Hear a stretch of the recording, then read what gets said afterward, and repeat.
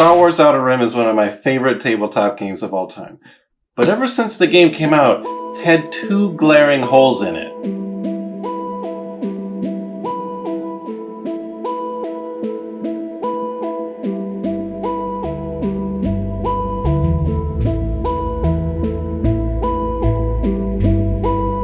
And by extension, I've had two glaring holes in my heart. I've waited for what seems like decades at this point for Fantasy Flight Games to release something for Outer Rim that finally fills those holes and completes me, Outer Rim.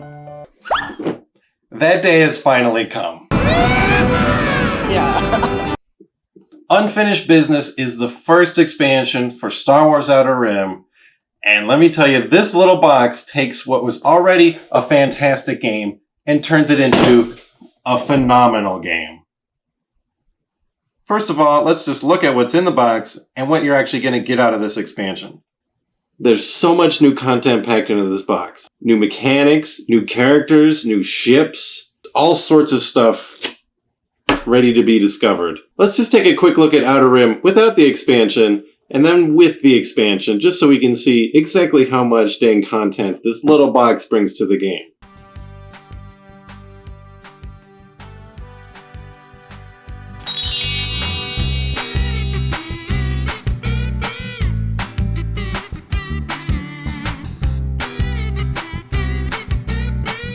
So much new stuff! Every single deck in the game gets a bunch of new cards. The planetary encounter decks essentially double in size.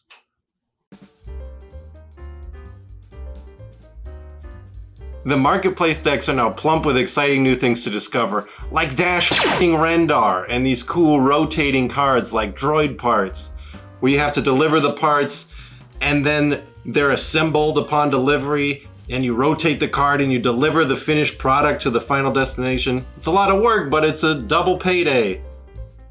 Rotating cards also include things like the Bowcaster that you have to rotate to use and then test strength to rearm it. Great for our new Wookiee characters. Another thing these new marketplace cards introduce is a mechanic for revealing contact tokens. Sometimes it can be hard to reveal all the contact tokens in a game, and now, with 10 new ones on the board, it becomes even harder. To alleviate this, some of the marketplace cards have this symbol, which identifies a player range, so 1 to 2 players, 1 to 3 players, 1 to 4 players. At the same way, after you purchase a marketplace card at patrol moves, it now indicates that you get to reveal a contact on your planet for free. You don't encounter them, you just reveal it. And the Databank deck, the deck of cards that had cards missing this whole time, not only does it have those gaps filled, but in addition to filling out the missing numbers, this expansion actually adds extras of existing numbers.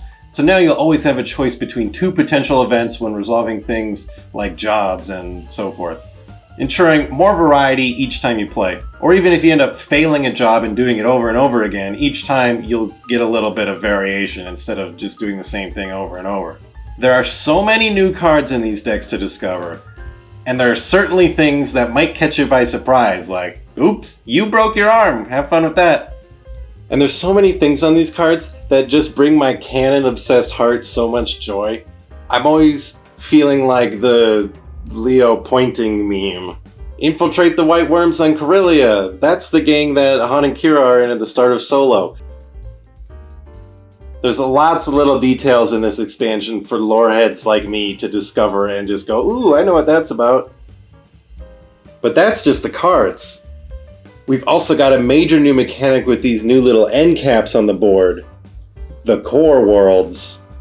These spaces basically let you do one of 2 things. You can encounter the space, just like you'd encounter a planet normally, and see what sort of shenanigans you run into, or you can choose to cross the core, essentially letting you hop from one end of the board to the other. Though it usually comes with a lot of risk, particularly if the Empire doesn't like you. The inclusion of these core world spaces is not only satisfyingly thematic, but also makes traversing the board slightly less daunting and certainly more interesting, since now you have to decide if you'd prefer to take a shortcut to your destination and face the risks of the core worlds, or take the long way around. Unfinished Business increases the playable character count from 8 to 16. The new playable characters are Hera. Can I count on you? Chewbacca. Nice move! Black Chrysanthemum.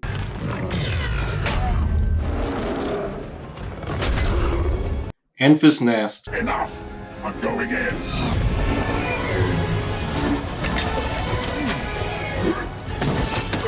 Cad Bane.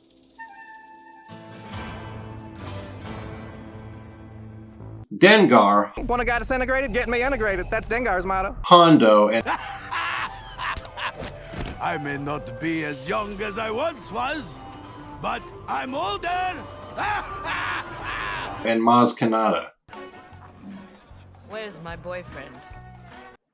They all have very cool abilities that bring a lot to the game, though playing as my boy Cad Bane feels like playing the game on expert mode, since his ability reduces all the fame you earn by 1 and instead gives you 5,000 credits.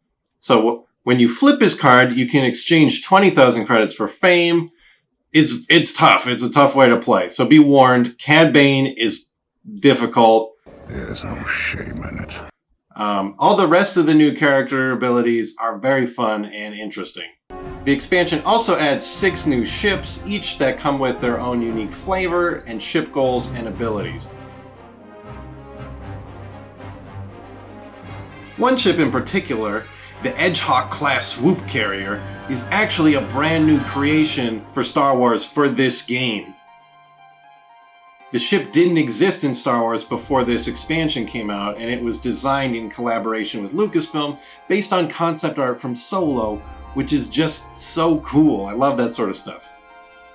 Outer Rim claims to be a game about gaining fame, but really it's about making space friends, and Unfinished Business gives you even more space friends to make.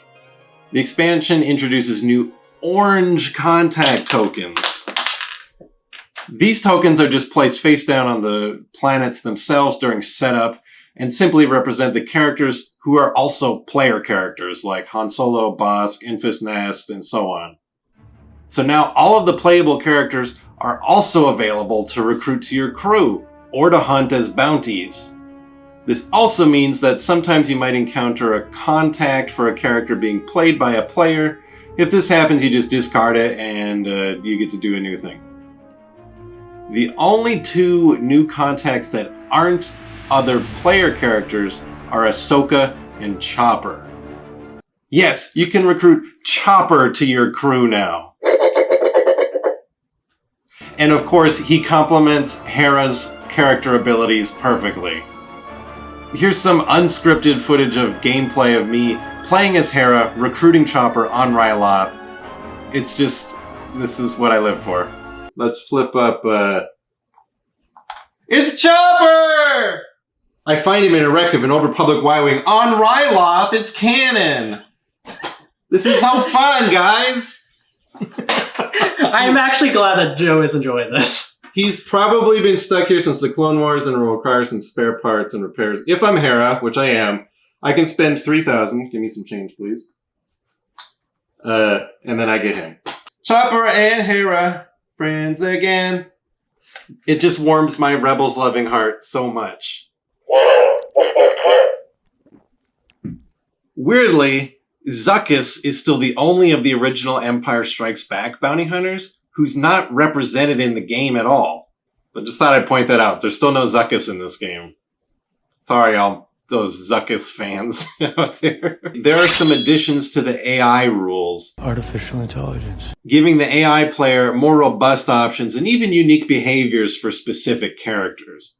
But I'm not much of a solo player, so I haven't actually tried this out. I just know that it's yet another way they've expanded on a feature of the original game.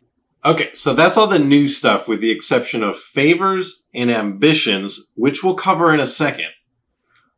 But does anything in this expansion address the shortcomings of the original core game? Since its release, the biggest complaint levied against Outer Rim has been, for such a thematic and exciting game, there's actually very little player interaction. Unfinished Business certainly attempts to up the amount of player interaction in the game. Dengar's player ability is basically designed for you to go beat up other players. You're gonna take a dirt nap. While Hondo's ability wants you to go steal other players' goodies, I'm rich! but they can then turn around and steal it back from you. I'm dead! There are also jobs added that will require you to oppose other players or team up with them temporarily. And even still, more cards hidden throughout the various encounter decks let you mess with or make deals with fellow players. This card from Takodana lets you straight up steal a crew. In a game, one of the players was playing as Maz Kanata and another one was playing as Chewie. Chewbacca had Han Solo on his crew, and the Maz player played this card and stole him. It was like Maz and Chewie...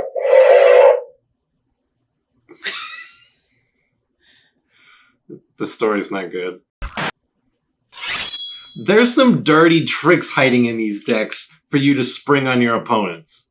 Also, all of the player characters being represented as bounties now gives you more opportunities to hunt down your friends following special player bounty rules.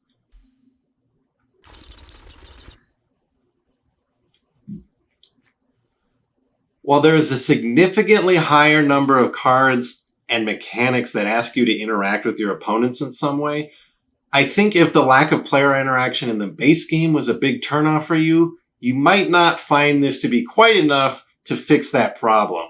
While the inclusion of these cards and mechanics is cool and absolutely make for exciting moments at the table when they happen, the fact is, you're usually already on a mission of some sort, and the board is deceptively big.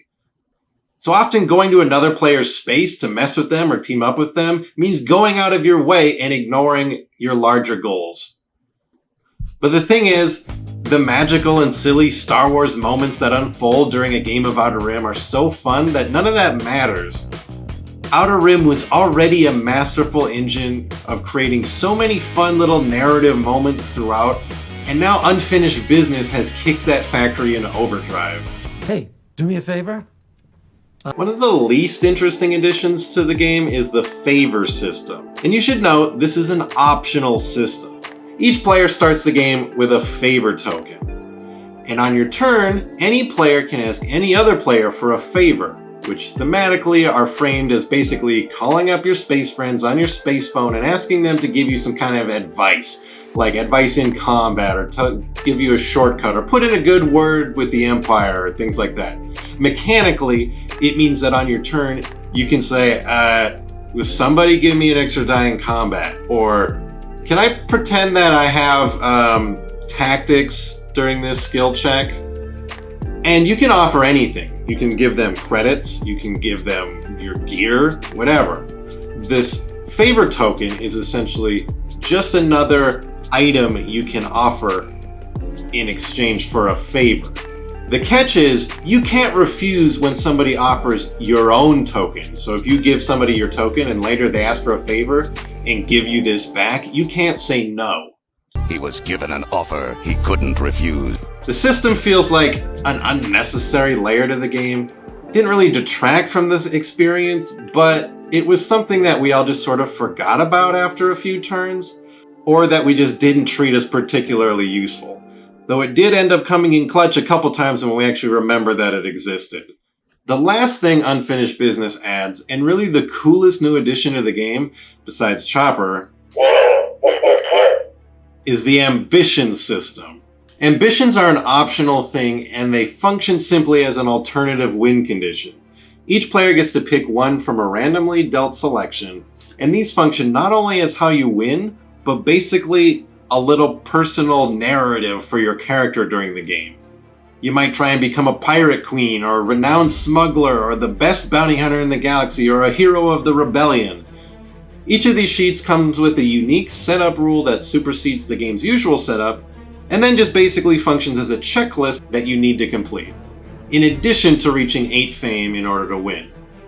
And the final goal on each one is always something very cinematic, like smuggling an illegal shipment of Kyber crystals to Kessel with the galaxy's patrols chasing after you, or taking over a pirate base, or taking down a freaking Star Destroyer.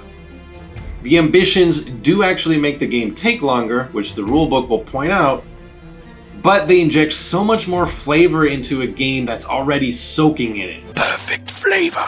These give your character's personal narrative throughout a session that much more focus and direction. It gives you focus. Winning while playing with ambitions feels like the climax to an epic episode of your favorite Star Wars story rather than simply playing a card that lets you move your peg up another notch. If you already enjoy Outer Rim, you should definitely consider picking this up. I wouldn't say it's 100% absolutely necessary to enjoy the game, unlike the Rebellion expansion, Rise of the Empire, but it's so good. I don't know why if you like Outer Rim, you need to get this. But technically, you can live without it. Just let it fill your holes the way it filled mine.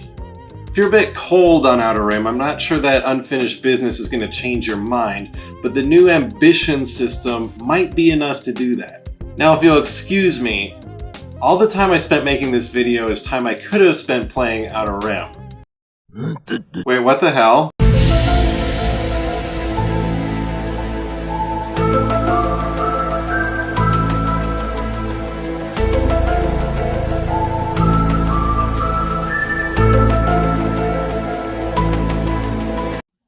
You could say Unfinished Business is like a little blue pill, because it makes a lot of small decks get a little bigger.